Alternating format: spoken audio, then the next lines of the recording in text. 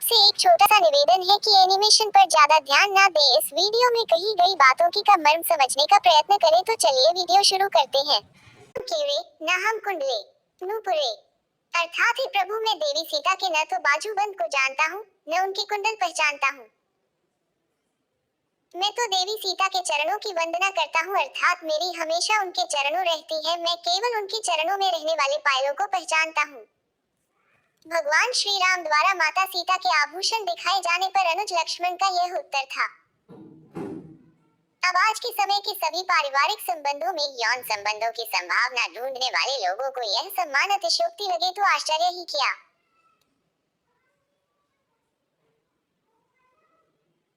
जिस समाज में स्वयं भार्या की अस्मिता का रक्षक उसका पति अपने कुल की लक्ष्मी, अपनी जीवन संगिनी, अपने ग्राह की मर्यादा को निर्लजता पूर्वक बाजारों भांडों की तरह अपने मित्रों के समक्ष भद्र गीतों पर नचा रहा है और स्वयं भी नाच रहा है, उस समाज में आखिर क्यों और कैसे पति के भाई या भाई सदृश ये मित्र की युवा रूपवती नारी का सम्मान आदरणीय भाभी माँ की तरह करने लगे।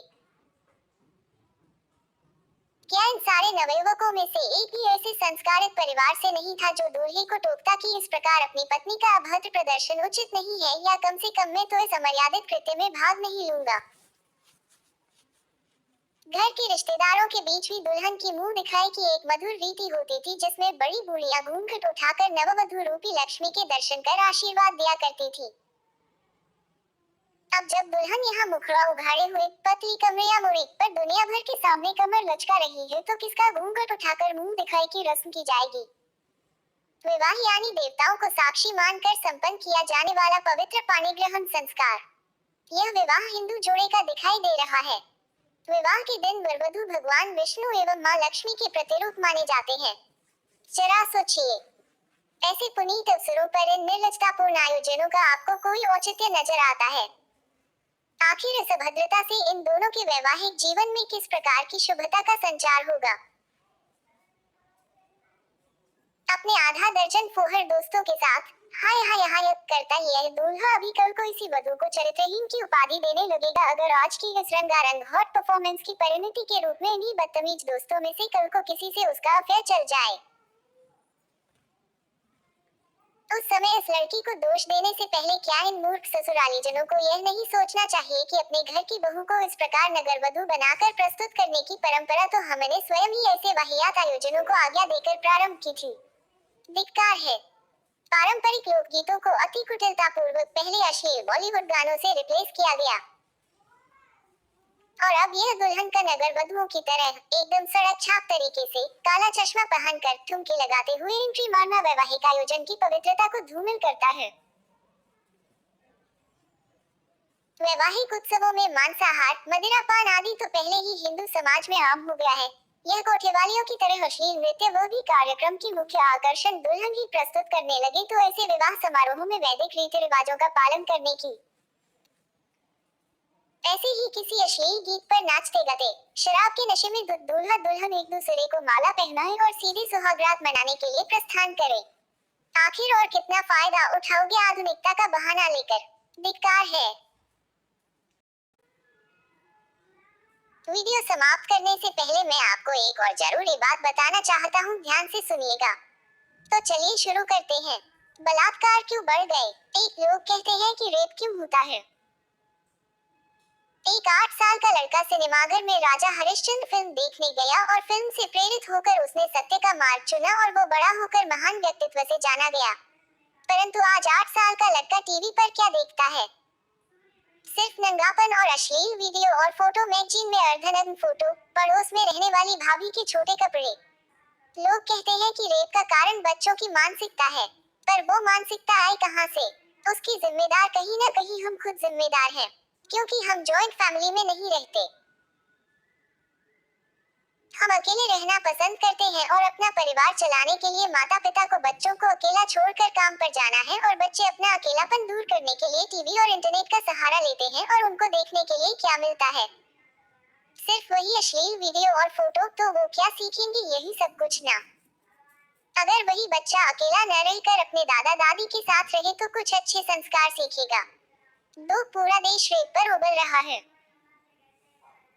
छोटी छोटी बच्चियों से जो दरिंदगी हो रही है उस पर सबके मन में गुस्सा है। कोई सरकार को कोस रहा है, कोई समाज को, तो कई फेमिनिस्ट सारे लड़कों को बलात्कारी घोषित कर चुकी हैं। लेकिन आप सुबह से रात तक कई बार सनी लियोन की कॉन्डोम के ऐड देखते हैं। फिर दूसरे ऐड में रणवीर सिंह शैम्पू के ऐड में लड़की पटाने के तरीके बताता है। ऐसे ही क्लोज अप, लिम्का, थम्सअप भी दिखाता है, लेकिन तब आपको गुस्सा नहीं आता है ना? आप अपने छोटे बच्चों के साथ म्यूजिक चैनल पर सुनते हैं, दारू बदनाम कर दी, कुंडी मत खड़काओ राजा, मुन्नी बदनाम, चिकनी चमेली, झंडू बाम, तेरे साथ करूंगा गंदी बात, और ना जाने ऐसी कितनी मूवीज गाने देखते सुनते हैं, तब आपको गुस्सा नहीं आता। मम्मी बच्चों के साथ स्टार प्लस, जी टीवी, सोनी टीवी देखती है, जिसमें एक्टर और एक रात सुहाग रात मनाते हैं, किस करते हैं, आंखों में आंखें डालते हैं, और तो और भाभी जी घर पर है, जीजा जी छत पर है, टप्पू के पापा और बबीता, जिसमें एक व्यक्ति दूसरे की पत्नी के पीछे घूमता लार टपकाता नजर आएगा, पूरे परिवार के साथ देखते हैं। इन सब सीरियल को देखकर आपको गुस्सा नहीं आता। फिल्म आती है जिसमें किस, चुंबन, आलिंगन, रोमांस से लेकर गंदी कॉमेडी आदि सब कुछ दिखाया जाता है, पर आप बड़े मजे लेकर देखते हैं। इन सब को देखकर आपको गुस्सा नहीं आता। खुलेआम टीवी फिल्म वाले आपके बच्चों को बलात्कारी बनाते हैं, उनके कोमल मन में जहर घोलते हैं, तब आपको गुस्सा नहीं आता, क्योंकि आपको लगता है कि रेप रोकना सरकार की जिम्मेदारी है, पुलिस, प्रशासन, न्याय व्यवस्था की जिम्मेदारी है। लेकिन क्या समाज, मीडिया की कोई जिम्मेदारी नहीं? अभिव्यक्ति की स्वतंत्रता की आड़ में कुछ भी परोस दोगे क्या? आप तो अखबार पढ़कर, न्यूज देखकर बस गुस्सा निकालेंगे, कोसेंगे सिस्टम को, सरकार को, पुलिस को, प्रशासन को, डीपी बदल लेंगे, सोशल मीडिया पे खूब हल्ला मचाएंगे, बहुत ज्यादा हुआ तो कैंडल मार्च या धरना कर लेंगे, लेकिन तारांकिन, टीवी चैनल्स, बॉलीवुड मीडिया को कुछ नहीं कहेंगे, क्योंकि वो आपके मनोरंजन के लिए है। सच पूछिए तो टीवी चैनल्स अश्लीलता परोस रहे हैं, पाखंड परोस रहे हैं, झूठी विज्ञापन परोस रहे हैं, झूठी और सत्य से परे ज्योतिषी पाखंड से भरी कहानियां एवं मंत्र, ताबीज आदि परोस रहे हैं। उनकी भी गलती नहीं है, क्योंकि आप खरीदार हो। बाबा बंगाली, तांत्रिक बाबा, स्त्री वशीकरण के जाल में खुद फंसते हो। जब हर विज्ञापन, हर फिल्म में नारी को केवल भोग की वस्तु समझा जाएगा, तो बलात्कार के ऐसे मामलों को बढ़ावा मिलना निश्चित है। ध्यान रहे, समाज और मीडिया को बदले बिना ही आपके कठोर सख्त कानून कितने ही बना लीजिए, ये घटनाएं नहीं रुकने वाली हैं। अगर अब भी आप बदलने की शुरुआत नहीं करते हैं, तो समझिए कि